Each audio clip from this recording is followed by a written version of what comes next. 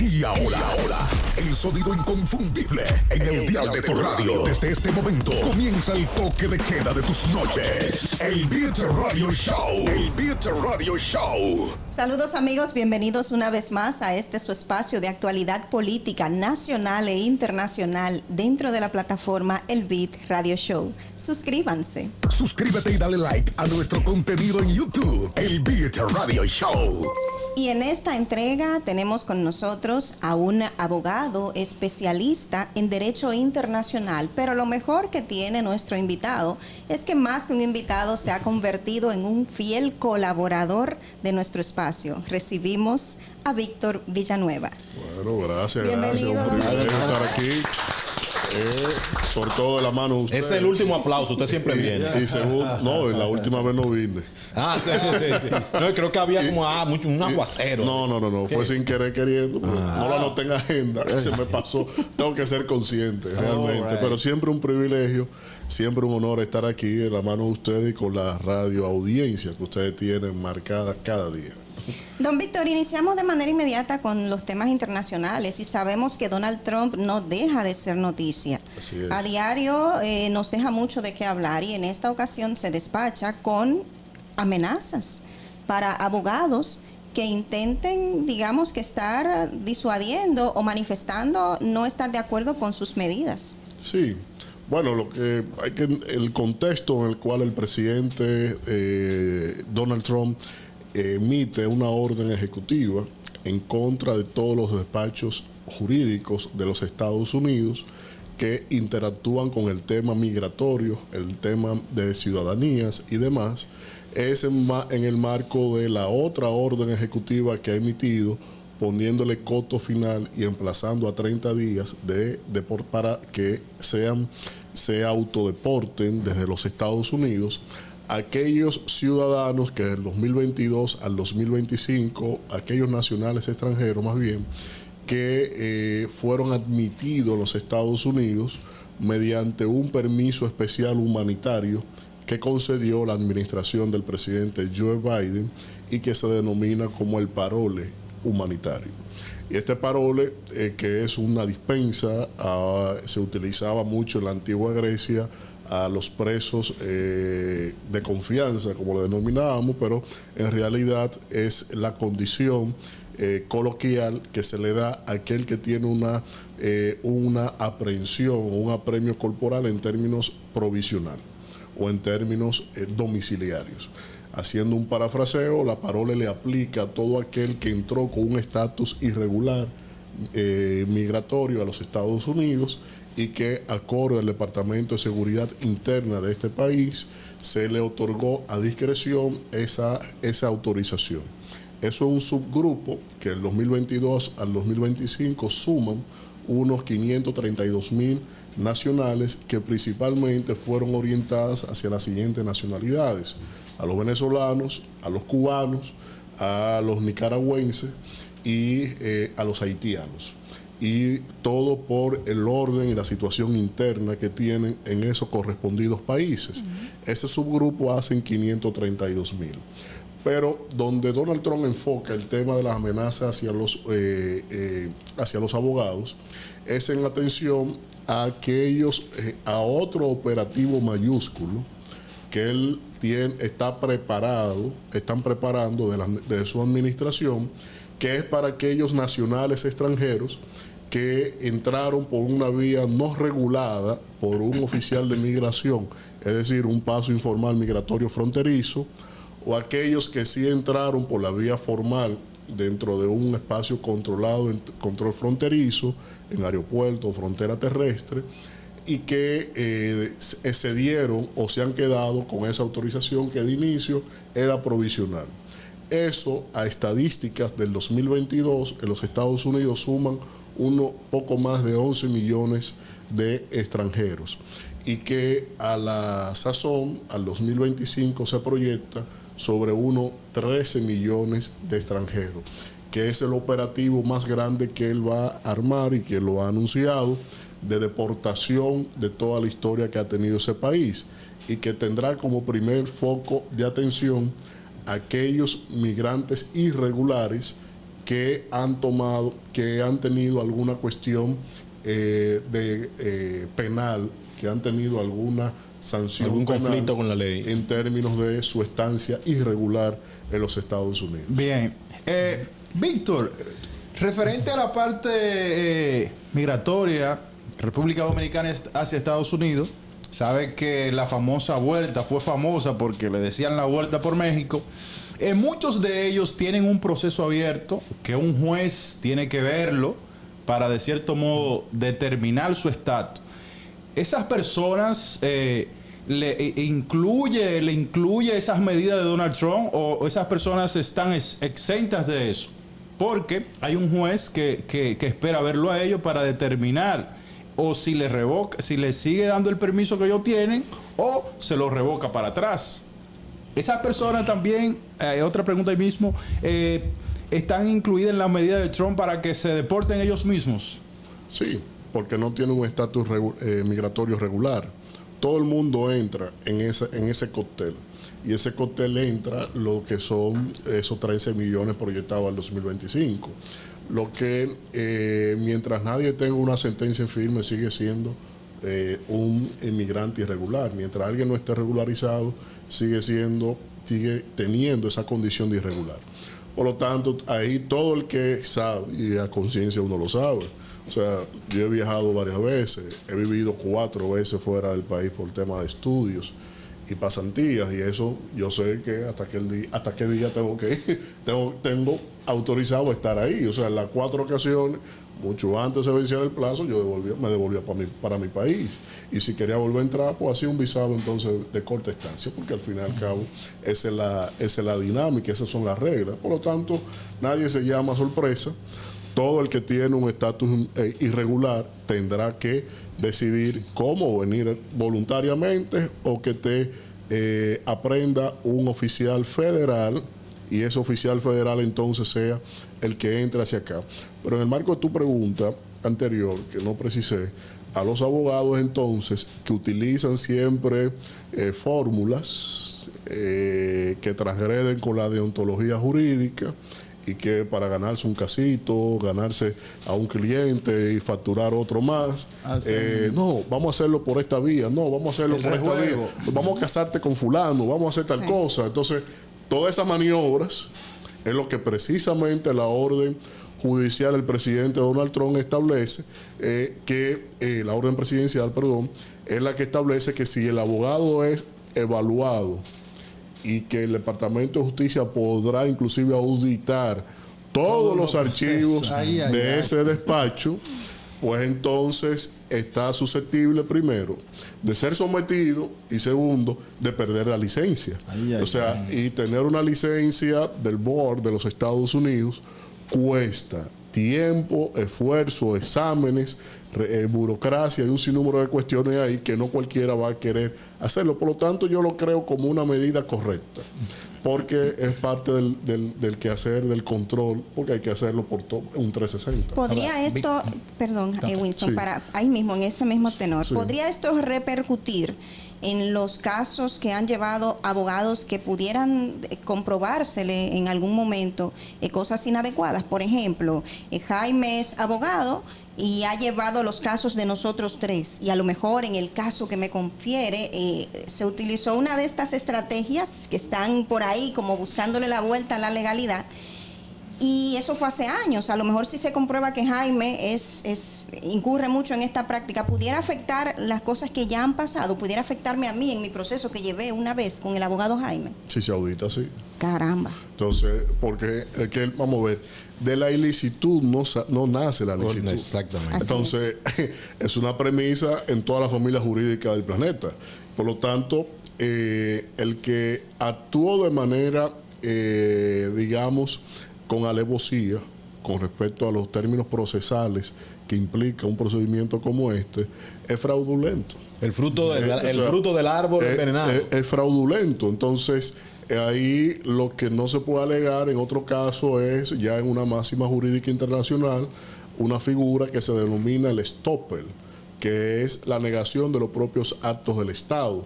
que es lo que se estableció, por ejemplo, en el caso dominicano de Juliana de Guiz, en donde un oficial de manera fraudulenta accedió al acta de nacimiento.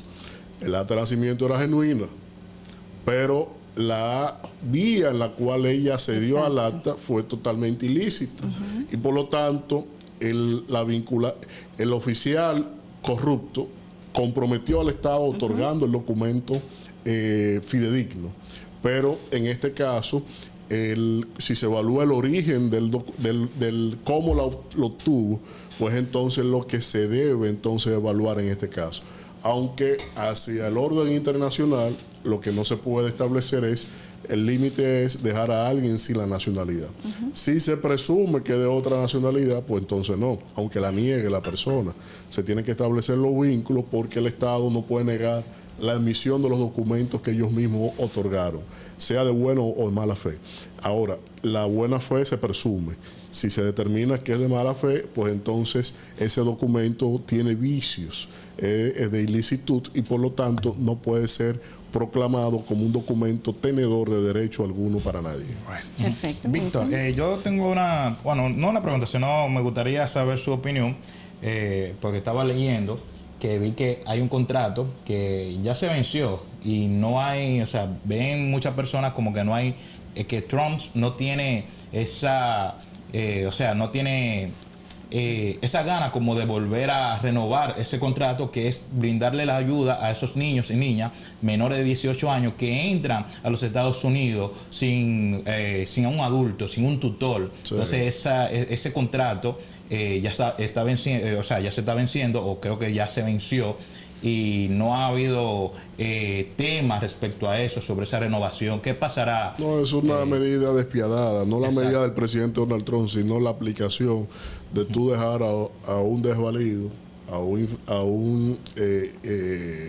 un menor de edad a su suerte en un paso fronterizo. Exactamente, eso. Entonces, al final son medidas que en el orden humanitario se entiende que se debe haber un tratamiento. Una vez tú lo recibes, el problema es que hacia dónde lo envías, cómo lo haces. Entonces, se estableció todo un proceso interno en los Estados Unidos para darle atención, rendir procedimientos hasta de adopción en algunos casos, pero esto también fomenta del otro lado de la frontera que esto se siga un efecto llamada cometiendo. Bueno, yo tengo una desgracia en esta familia, no puedo más. Bueno, tú vete con Dios y Dios te va a proteger y que sea lo mejor. Allá tú correrás una suerte que aquí ya tú no la estás pasando. Entonces, al final fomenta eso. Y eso es un punto que en la óptica del presidente Trump se ha identificado como una fuente también de incentivo hacia generar una fuerza migratoria irregular hacia los Estados Unidos. Y yo estoy de acuerdo con eso, porque más irresponsables son los padres que un muchacho menor de edad cruza la frontera y vete, porque allá te van a proteger. Sí. O sea, yo pienso que eso pero es una también hay responsabilidad del Estado emisor. Sí, porque el Estado emisor es que debe poner un control. Si eso está pasando, yo tengo que fomentar un ejercicio de castigo a quien haga eso, para que no pase. Porque, vamos a ver, hay una frontera. De este lado se adhieren unos derechos y del otro lado unas responsabilidades.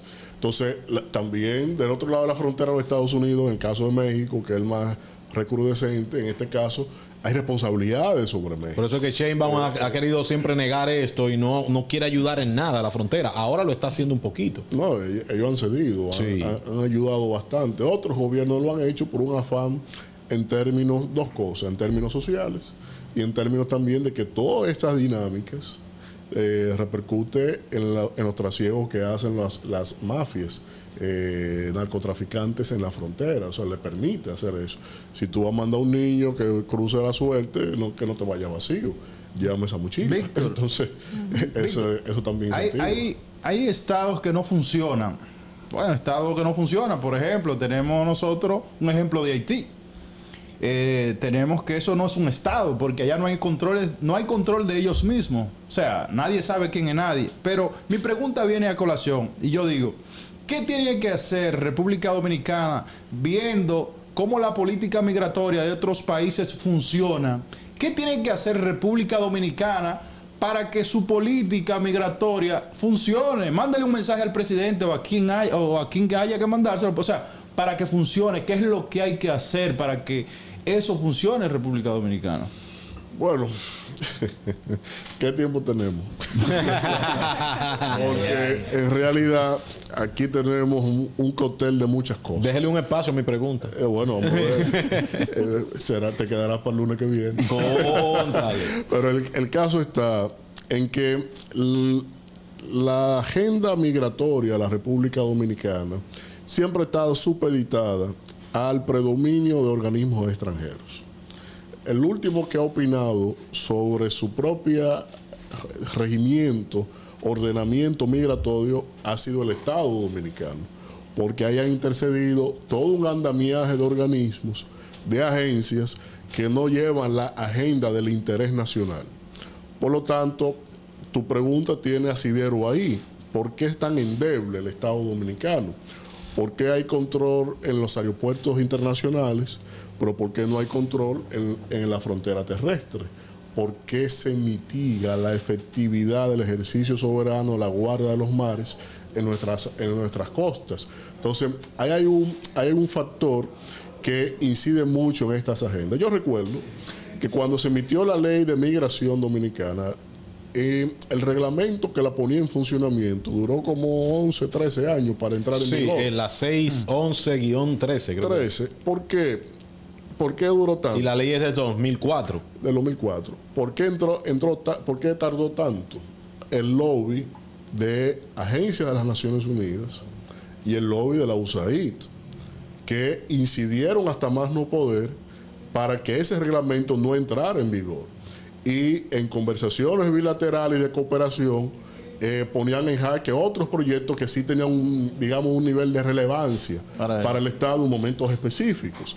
Entonces, nosotros hemos cargado con la desgracia de la agenda de esos organismos internacionales, con la desgracia del involucramiento directo de los intereses nuestros de agencias como la USAID y todo el andamiaje que se ha demostrado cómo es que operan, que se ha quedado en abogados, en periodistas, pero no han entrado los abogados.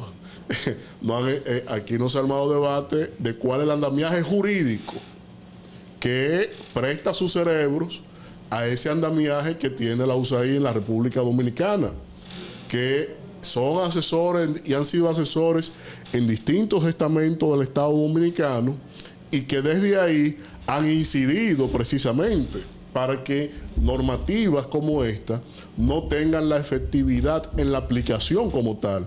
¿Usted cree que es fortuito que el señor Wilfredo Lozano dirija la Dirección de Migración? No, un enemigo de Es un pacto satánico que hay con el mismo presidente de la República, que en su discurso más sobrio que él estableció siendo aspirante a la presidencia, lo estableció en la UAS. Después la sentencia 16813, el Tribunal Constitucional, y determinó que eso eran dominicanos otros rostros. El y presidente que él, como descendiente libaneses, hizo hasta una analogía de cómo los libaneses eran la pulga del mundo y que iban por los pueblos con la mercancía al hombro, durmiendo en las calles, en hacinamiento, y que hoy en día son grandes comerciantes. Y así se veía él como su clase migrante hacia la República Dominicana, y que hoy en día un gran empresario, un gran cementero, un sinnúmero de cosas. Entonces, eso no es fortuito. Tú tener ahí figuras como esa que han postulado como abogados en cortes internacionales y regionales en contra del Estado Dominicano. Entonces, hay que ver que nosotros tenemos que aprovechar la tendencia para pulgar esta sociedad con respecto a esa mente maestra, porque al fin y al cabo ellos creen eso, yo respeto eso.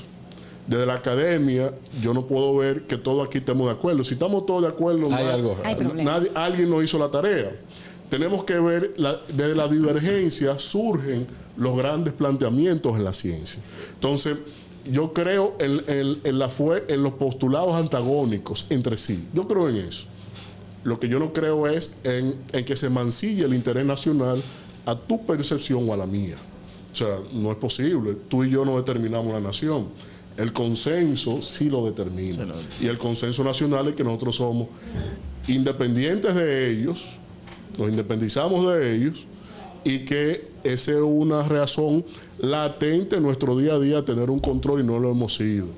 Esto que hemos visto últimamente, que siempre, no ahora, siempre ha sido una constante, nuestra desgracia migratoria, que ha incidido en el mercado, que ha incidido en los salarios, que ha incidido en la seguridad social, ya incide en nuestras escuelas, que inciden tanto que nosotros pagamos eso.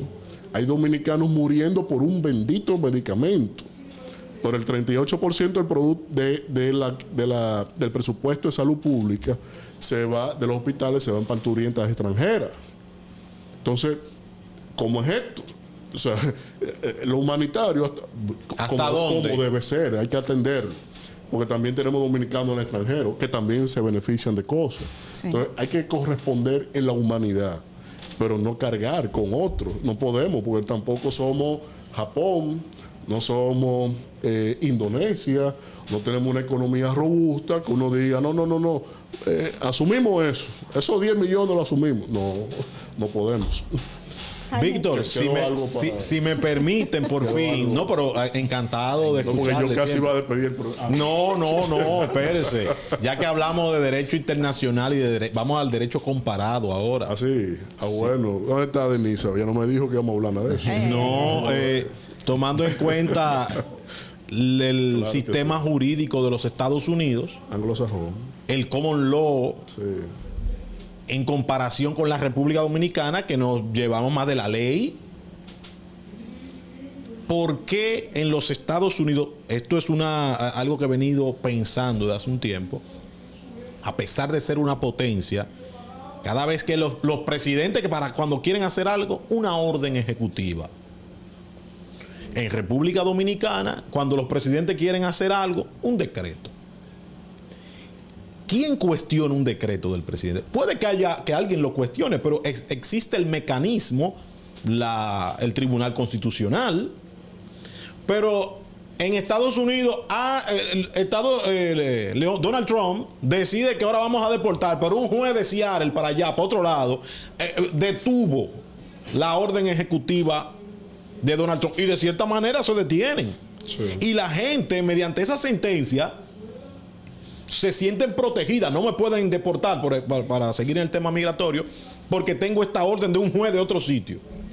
Entonces, desde mi punto de vista, Cuidado, eso es plagio. es un plagio. Parece como que en la República Dominicana nuestro sistema, en cuanto a eso, es más robusto, porque incluso con las debilidades de un país como el nuestro, una orden de un presidente se ejecuta, una ley se ejecuta, pero allá vemos que el presidente firma una orden ejecutiva, que tampoco sé muy bien el alcance de eso, pero que cualquier juez decide esa orden, suspende la orden. No, vamos a ver. La familia jurídica nuestra es la romano-germánica, la estadounidense, la anglosajona, que se sustenta sobre el common law, que es el derecho común. Y el derecho común está en manos del sistema judicial. Es decir, es una sociedad, la familia jurídica del common law, mediante jurisprudencia, se crea entonces un andamiaje legal que adopta la conducta del Estado. Y al ser un Estado, una confederación de Estados, pues irradia en función a la normativa, como es el caso del derecho a aborto y un sinnúmero de cosas. Cuando se quiere hacer frente a una decisión de un juez, en este caso el de Seattle, lo que se hace es que se apodera a la Corte Suprema de los Estados Unidos como la instancia de control de las decisiones de cada uno de los estados. Y ahí se determina la convergencia de esa decisión con la Constitución. Y eso se corresponde entonces en las tendencias ideológicas de la conformación de esos jueces. De los jueces de la Suprema o de los ¿Y por tribunales. qué ustedes ven a Donald Trump tan frondoso y orondo firmando cosas? Bueno, porque Estados Unidos, acorde a sus padres fundadores, fue establecido sobre el peso y el contrapeso del poder. Y el peso y contrapeso del poder lo dan los demás sistemas. Nosotros adoptamos de ahí, que fue sobre todo después de la Revolución Francesa, porque el presidencialismo es un modelo que se estableció en los Estados Unidos, surge en los Estados Unidos. Y desde ahí los padres fundadores dijeron, bueno, si vamos a darle un poder tan alto a un representante, a un presidente, tenemos que ponerle un balance en la representación de los demás pueblos que conforman ese país. Aquí la diferencia es que asumimos el presidencialismo y tenemos el andamiaje teórico, jurídico, para el contrapeso del presidente. Ahora, que un juez de Seattle haya decidido sobre el tema que el presidente está en orden ejecutiva, eso te evidencia un peso y contrapeso.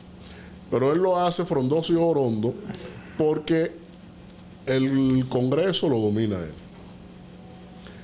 Los resultados electorales están ahí. La Suprema Corte, él ha sido el presidente de los Estados Unidos que más jueces ha colocado por coyuntura. Uno murió, otro se mató, otro otra cosa. Entonces, al final y al cabo, él puso más y cambió la correlación de la tendencia conservadora de jueces y liberales, que tenía una mayoría liberal y ahora la tiene conservadora. Y eso lleva a que él, con sus decisiones, que son conservadoras, que son fruto de su interpretación del resultado electoral, yo no estoy diciendo que son buenas o malas, interpreto cómo son él actúa. disruptivas. Eso es lo que él está haciendo. Entonces, en el caso dominicano no. En el caso dominicano se evidencia que hay una situación endeble de nuestro ordenamiento jurídico.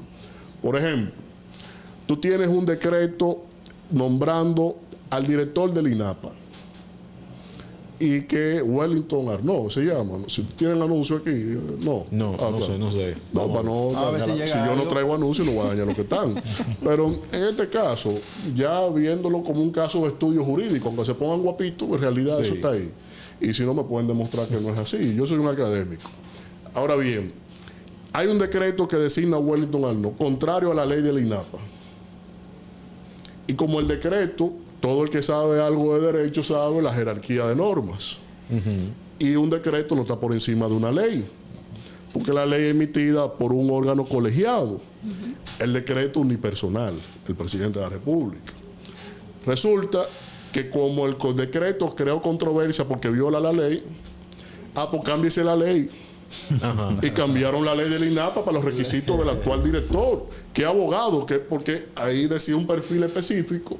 Yo no digo su cualidad de gerente. Tenía que ser un ingeniero. Pero él es el primer abogado que dirige esa vaina. Que dirige INAPA. Entonces, está con Dios. Y que no necesitaba, porque en verdad él no necesitaba eso. Él pudo haberle puesto, no, presidente, si yo te me voy a mandar por allá en contra de la ley. Es el que anda en helicóptero ahora. Cambie la ley y después usted me nombra. No. Lo nombra con el decreto y como el decreto contradice la ley, pues cambien esa ley y la cambiaron en su Congreso. Que no hicieron con Carlos Pimentel, ¿se acuerda? Cuando lo mandaron por otro lado. Exacto. Entonces, ¿pero qué hubo después? Vamos a ver, el decreto de una fecha, la ley modificada de otra fecha, ¿qué falta? Un nuevo decreto. Sí. Para que el decreto nuevo esté acorde a la modificación. A la nueva ley. Ni siquiera eso lo hicieron. O sea, es de facto. No, es un funcionario de facto. Funcionario de facto. Todos sus actos, vaca, todo que le han dejado de pagar ahí, puede someter un recurso al Tribunal Superior Administrativo. La firma de ese incumbente no tiene ningún peso. O sea, los desvinculados por él. No, eso no tiene ningún no peso. Tienen validez. No, eso no tiene peso. Jurídicamente no. Que ellos tengan una mayoría aplastante y que la usen para eso, porque si la usaran para robustecer el Estado, robustecer en los procedimientos, darle norma a la nación, pues, bien. Pero para burlar la norma, l'État c'est moi. El Estado soy yo. Entonces, yo creo que eso obviamente que no resiste el análisis. Pueden ponerse guapitos, pueden hacer cualquier cosita, pero hay bembitas, son muy susceptibles. La dermis, yo sé que dura. Sí, que es sensible. Cristal son los... Pero al final y al cabo, es un hecho objetivo y que en la comparación con los Estados Unidos vemos como si hay un control, a pesar del avasallamiento electoral y de dominio de la instancia del Estado, del andamiaje político de los Estados Unidos, pero aquí en realidad que se tiene el andamiaje, pero se hace todo a su merced. O sea, Bueno. casi es por decreto. Que Sí. Tela para cortar sí hay. Cada vez que don Víctor viene con No, nosotros. usted sabe cómo yo me pongo, no sé por qué me quedamos ahí esperando un poquito, ¿verdad que sí? Don Víctor, como siempre, agradecerle el favor de su presencia aquí con Gracias, nosotros para gracias. discutir estos temas, tanto a nivel internacional como la patita que permea al patio aquí en República Dominicana. Gracias. Gracias por habernos acompañado. A su disposición siempre. A ustedes continúen con nosotros. Esto ha sido el Beat Radio Show. Llegamos donde las malas lenguas dicen que no se escucha una señal de radio. Con oído en toda la isla. Somos el Beat Radio Show.